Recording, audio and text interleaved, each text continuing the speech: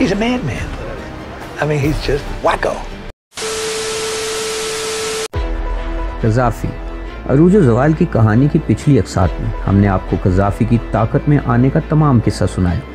ہم نے یہ بھی بتایا کہ کس طرح قذافی مغربی طاقتوں کے لیے ایک ڈراؤنا خواب بن کر ابھرا اور کیسے مغربی طاقتیں قذافی کو قابو کرنے میں ناکام نظر آئیں.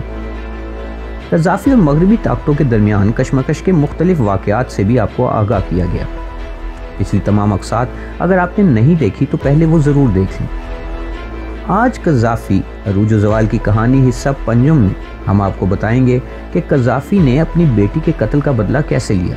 19 ملک قذافی کے کیوں دشمن ہو گئے, قذافی نے اپنے وزیر خارجہ سے کیا سلوک کیا اور قذافی اپنے دشمنوں کے سروں کا کیا کرتا تھا.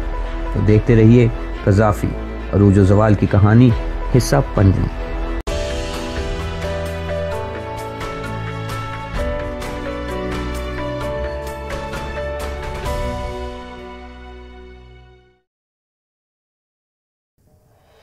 امریکہ کے صدر رونلڈ ریگن کے حکم پر آپریشن ایلڈورادو کینین کا آغاز ہوا.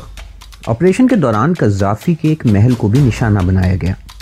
اس حملے میں قذافی تو بچ گیا, البتہ اس کی ایک بیٹی جس کو اس نے گود لے رکھا تھا بدقسمتی سے ماری گئی.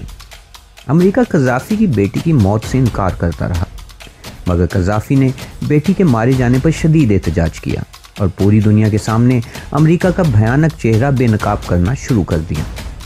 قذافی نے اس حملے کا بدلہ لینے کا ارادہ بھی دنیا کو صاف لفظوں میں واضح کر دیا. قذافی نے فوری طور پر اس بھیانک امریکی حملے کو استعمال کرتے ہوئے دنیا سے حمایت حاصل کرنے کی کوششیں بھی تیز کر دیں. اس امریکی حملے کے بعد قذافی کے رویوں میں بہت بڑی تبدیلی نظر آنے لگی. اس کی بات چیت کرنے کا انداز مکمل تبدیل ہونے لگا. ان امریکی حملوں نے قذافی کے دماغ پر گہرے اثرات چھوڑے تھے اور ایسا محسوس ہوتا تھا کہ یہ حملے قذافی کے لیے شدید دباؤ کا باعث بنے ہیں. کچھ مغربی لیڈر قذافی کو اس کے انداز سے پاگل شخص تصور کرنے لگے, مگر یہ سب کچھ قذافی کو اپنا بدلہ لینے سے نہیں روک سکتا تھا. 21 دسمبر سن 1988 کو ایک پیسنجر جہاز پین ایم 103 نے لندن کے ہیتھرو ایئرپورٹ سے پرواز بھری. عملے سمیت اس جہاز میں 259 مسافر سوار تھے. شام 6:25 پر اڑنے والے اس جہاز کے مسافروں کی منزل امریکہ میں نیو یارک تھی. شام 7:03 پر جہاز اسکاٹ لینڈ کے اوپر سے گزر رہا تھا اور 31,000 فٹ کی بلندی پر پرواز کرتے ہوئے اپنی منزل کی جانب رواں دواں تھا. اچانک جہاز کے کارگو میں رکھا ہوا ایک بم پھٹ گیا اور جہاز میں 20 انچ چوڑا سوراخ ہو گیا. ہوا کے دباؤ کی وجہ سے پورا جہاز ٹکڑے ٹکڑے ہو گیا اور جہاز میں موجود جیٹ فیول کی وجہ سے ایک بہت بڑا آگ کا گولہ پیدا ہوا جس نے پورا آسمان روشن کر دیا. اس دھماکے کی آواز سے زمین بھی ہل کر رہ گئی جیسے کوئی بہت بڑا زلزلہ آیا ہو. اس جہاز کا ملبہ جب زمین پر گرا تو کئی درجن گھر تباہ ہو گئے.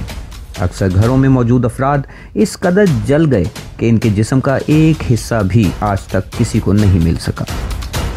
اس حادثے میں 270 افراد کی موت ہوئی اور ان کے جسم کے ٹکڑے تھیلیوں میں ڈال کر ان کے ورثاء کے حوالے کیے گئے. یہ اس وقت تک کا امریکہ کے خلاف کیا گیا سب سے بڑا دہشت گرد حملہ تھا. قذافی اس حملے سے کسی قسم کے تعلق کا انکار کرتا رہا. ویسے بھی اس وقت بہت سے لوگوں کا خیال تھا کہ اس حملے میں قذافی نہیں بلکہ ایران ملوث ہے.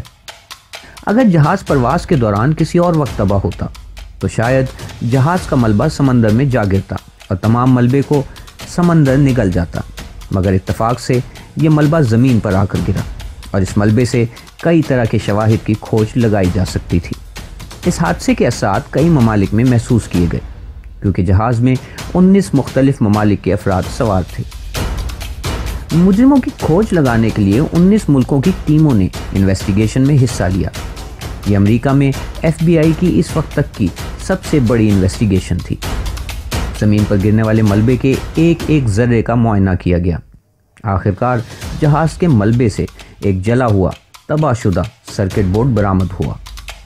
یہ سرکٹ بورڈ فوری طور پر تحقیقاتی اداروں کی توجہ کا مرکز بن گیا کیونکہ کچھ ہی عرصے پہلے لیبیا کے ہی ایک شخص کو حراست میں لیا گیا تھا جس نے ایک بم دھماکہ کرنے کی ناکام کوشش کی تھی اور بم کو دھماکے سے اڑانے کے لیے یہی سرکٹ استعمال کیا گیا تھا۔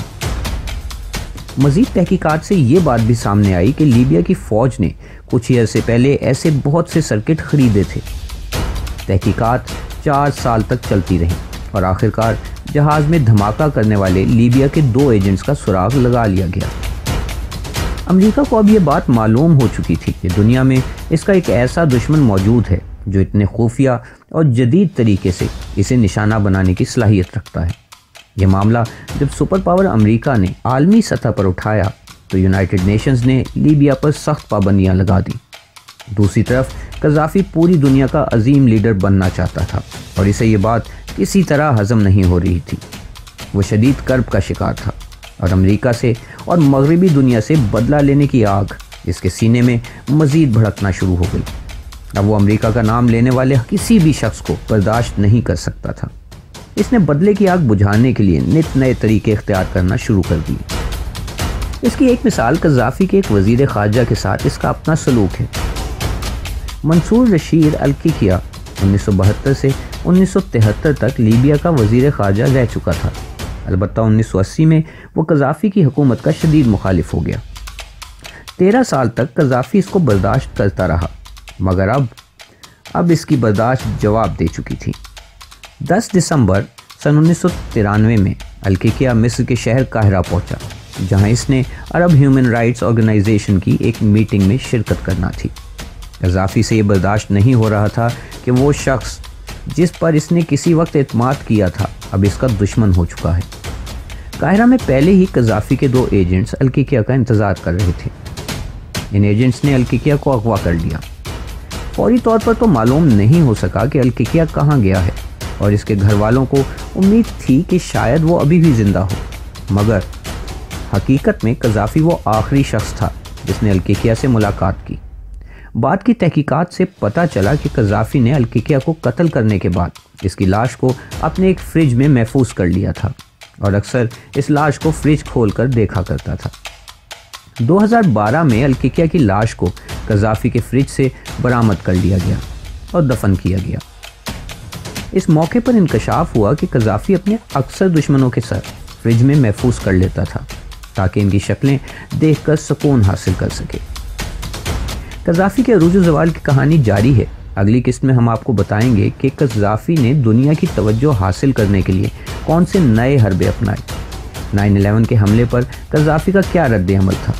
قذافی نے دنیا سے تعاون کرنا کیوں شروع کر دیا؟ قذافی کے عروج و زوال کی کہانی جاری ہے۔ قذافی عروج و زوال کی کہانی کی اگلی قسط ضرور دیکھیں، اور ویڈیو پسند آئی ہو تو ویڈیو کو لائک کریں اور کمنٹ کریں۔ اس سیریز کی تمام مقصد دیکھنے کے لیے ہمارا چینل سبسکرائب کریں اور بیل آئیکن کو کلک کریں تاکہ تمام مقصد آپ تک بر وقت پہنچ سکیں۔